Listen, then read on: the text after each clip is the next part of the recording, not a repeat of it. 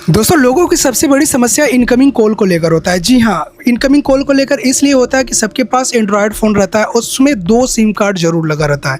बहुत सारे लोग 2 सिम कार्ड को यूज़ करते हैं, लेकिन वो मजबूरन जो है इनकमिंग कॉल बंद होने की वजह से मजबूरन रिचार्ज कराते हैं।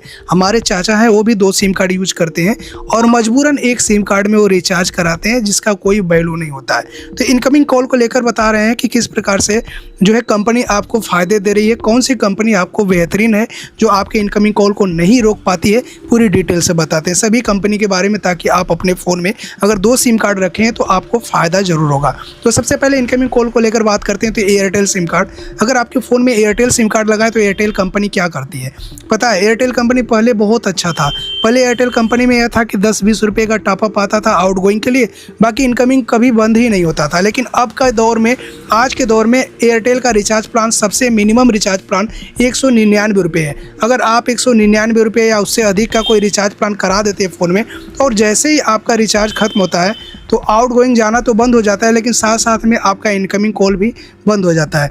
यानी आपका फ़ोन होता है, आपका सिम कार्ड होता है, आपका पैसा लगा रहता है, लेकिन फिर भी आपका मोबाइल डिब्बा बन जाता है, इनकमिंग कॉल ही नहीं आ पाता है। कोई भी फ़ोन करता है तो बोलता है कि इस नंबर पे इनकमिंग कॉल जो है बंद कर दिया गया है। दूसरी कंपनी बात करते हैं वीआई को लेकर, तो वीआई कंपनी क्या करती है?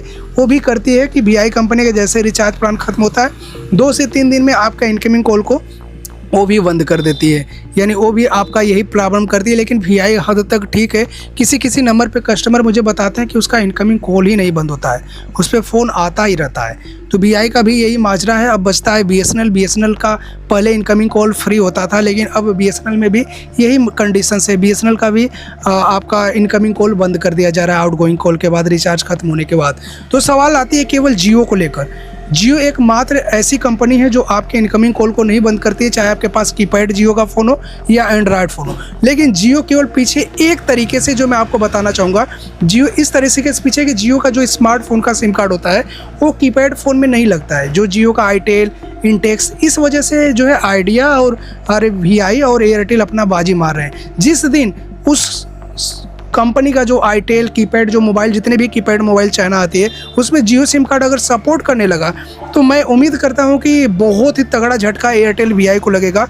ये काफ़ी टाइम से जियो जो है अपना इनकमिंग कॉल को फ्री रखा है, उसमें कोई दिक्कत नहीं होता है, रिचार्ज खत्म होता है फिर भी फ़ोन आता रहता है। इसी कारण से बहुत सारे लोग मजबूरन 2-2 सिम कार्ड जियो का यूज करते हैं। तो आप कमेंट करिएगा कि एयरटेल वीआई को भी ऐसा करना चाहिए, ताकि काफ़ी टाइम से सबके लिए रूल्स वही है, नियम्स वही है। रिचार्ज जब बढ़ाती है दूसरी कंपनी तो जियो भी बढ़ाता है, जियो बढ़ाता है तो वो भी बढ़ाती है, लेकिन जब जियो आपका इनकमिंग कॉल फ्री दे रहा है तो उनको भी फ्री देना चाहिए।